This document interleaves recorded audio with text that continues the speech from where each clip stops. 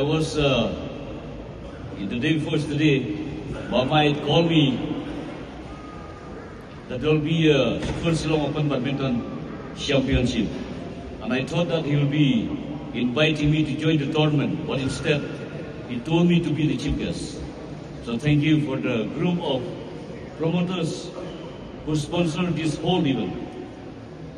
And I feel very proud and I feel very happy to see that the good number of participants from different states of the northeastern states.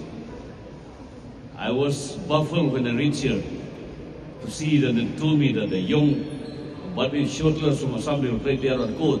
I was watching them and I see the skill and the talent. And this is the platform. You bring together the shortlers from the different states of northeastern states. This is how we build a friendship. We bridge the gap and we bring together through sports.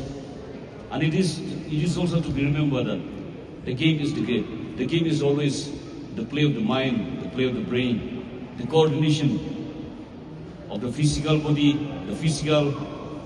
the mental, the brain, and everything that we have to put into action.